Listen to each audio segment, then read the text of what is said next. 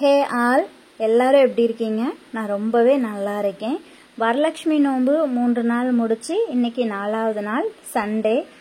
டே வந்து எப்படி போச்சுன்னா ரொம்ப குயிக்காக போச்சு. பட் ஒர்க் தான் ரொம்ப ஸ்லோவாக போச்சு. எழுந்ததே 9 o'clock.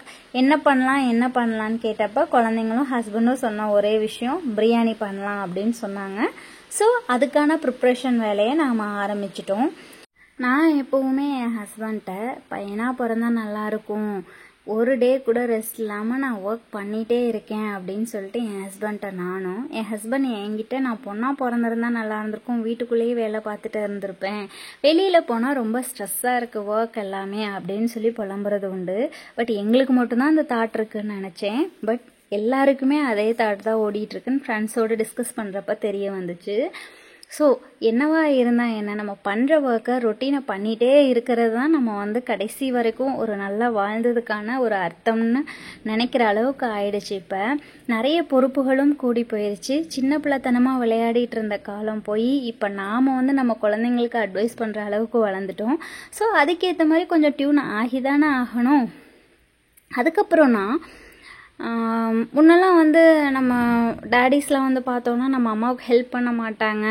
பட் கேட்குறத வாங்கி தருவாங்க, அந்த ஹெல்ப்புங்கிறது இருக்காது. இப்போ இருக்க ஹஸ்பண்ட் மெட்டீரியல்ஸ் எல்லாமே எப்படி இருக்காங்க அப்படின்னா, ஒய்ஃபுக்கு ஹெல்ப்பும் பண்ணுறாங்க, ஒய்ஃப் எது சொன்னாலும் அக்செப்ட் பண்ணிக்கிறாங்க. அந்த மாதிரி இப்போ இருக்க காலம் மாறிடுச்சு. கல்யாணம் ஆன ஒவ்வொரு கணவர்களுமே எனக்கு தெரிஞ்சு இப்போ ரொம்ப ஸ்மார்ட்டாக ஸ்வீட்டாக தான் இருக்காங்க. அதே மாதிரியே ஒவ்வொரு வீட்லேயும் ஒவ்வொரு ஒய்ஃபுமே தான் ஹஸ்பண்ட்க்கு ஏதாவது ஒரு வகையில் சப்போர்ட்டிவாக இருக்கணும்னு நினைக்கிறாங்க. எந்த ஒய்ஃபாக இருந்தாலும் ஹஸ்பண்ட்டை நான் இதை பண்ணட்டா, அதை பண்ணட்டா, இதை பண்ணுறேன், அதை பண்ணுறேன்னு சொல்கிற நிறைய பேர் இருக்காங்க. அதை நானுமே நிறைய ரீல்ஸ் அண்ட் ஷார்ட்ஸில் காமெடியாகவும் பார்த்துருக்கேன், சீரியஸாகவும் பார்த்துருக்கேன். இப்போ நம்ம பிரியாணிக்கு ரெடி பண்ணுற எல்லாமே நான் ரெடி பண்ணி ஆல்ரெடி கட் பண்ணி வச்சுட்டேன். அதை தான் இப்போ எல்லாமே நான் தாளித்து விட்டுருக்கேன். சில டைம்லாம் பார்த்தா நம்ம பார்த்து செய்வோம், ஆனால் அன்றைக்கி பிரியாணி நல்லாவே இருக்காது.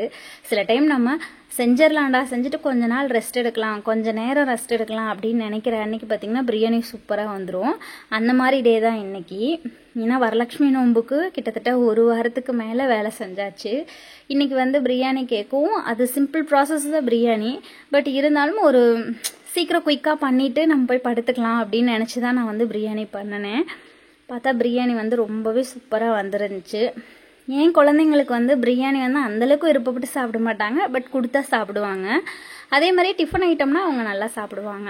இன்றைக்கி நாங்கள் மார்னிங் 9 o'clock தான் எந்திரிச்சனால நான் பிரியாணி ரெடி பண்ணி சாப்பிட்றதுக்கு 12-12:30 ஆயிடுச்சு. இருந்தாலும் இன்றைக்கி குழந்தைங்க ஓரளவுக்கு சாப்பிட்டதா தோணுச்சு எனக்கு.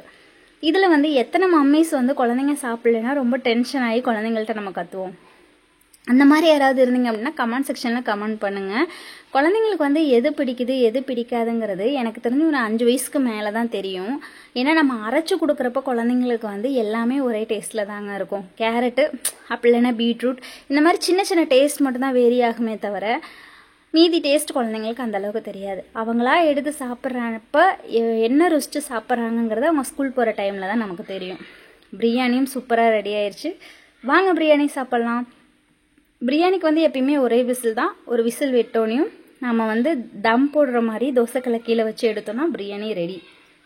ஒரு சில டைம் பிரியாணி ப்ரௌன் கலரில் வரும், ஒரு சில டைம் இந்த மாதிரி ப்ரௌனும் இல்லாமல் எல்லோவும் இல்லாமல் இந்த கலரில் தான் வரும். ஏன்னா நம்ம ஆட் பண்ணுற கரம் மசாலா தூள், இந்த மசாலா தூள்களை பொறுத்து தான் மாறும்.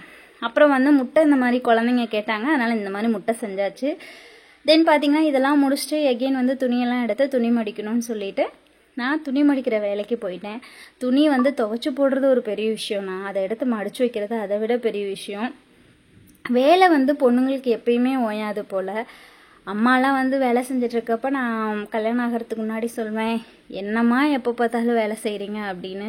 ஆனால் இப்போ தான் தோணுது, எல்லா வேலையும் நம்ம ரொட்டீனாக பண்ணிகிட்டு இருந்தால் தான் அந்த வீடு நீட்டாகவும் இருக்கும், அந்த வீட்டில் நம்ம இருக்கவும் முடியுங்கிறது அதுக்கப்புறம் தான் தெரிஞ்சுது. எவ்வளவோ டேஸ் நம்ம எடுத்த துணியை அந்த இடத்துலையே போட்டுருவோம், குளிச்சுட்டு வந்த துணியை குளிச்சு முடிச்சுட்டு வந்த துணியை அங்கங்கே போட்டுருவோம். அம்மா அதெல்லாம் எடுத்து துவைப்பாங்க. கொஞ்சம் ரெஸ்ட்டாக இருக்கட்டுமேன்னு படம்லாம் பார்த்துட்டு டீயெல்லாம் குடிச்சிட்டு ஜாலியாக உட்காந்து ஒரு டான்ஸை போட்டாங்க குழந்தைங்க, பார்த்துட்டு இருந்தோம். தென் மழை வந்துச்சு, அதை ரசிச்சுக்கிட்டே இந்த டேவை நாங்கள் முடிச்சுக்கிறோம். நீங்களும் வந்து சண்டேல என்னென்ன மாதிரிலாம் என்ஜாய் பண்ணுவீங்க அப்படின்னு கீழே கமெண்ட் செக்ஷனில் கமெண்ட் பண்ணுங்கள். பிடிச்சிருந்தா லைக், ஷேர் அண்ட் சப்ஸ்கிரைப் பண்ணிக்கோங்க.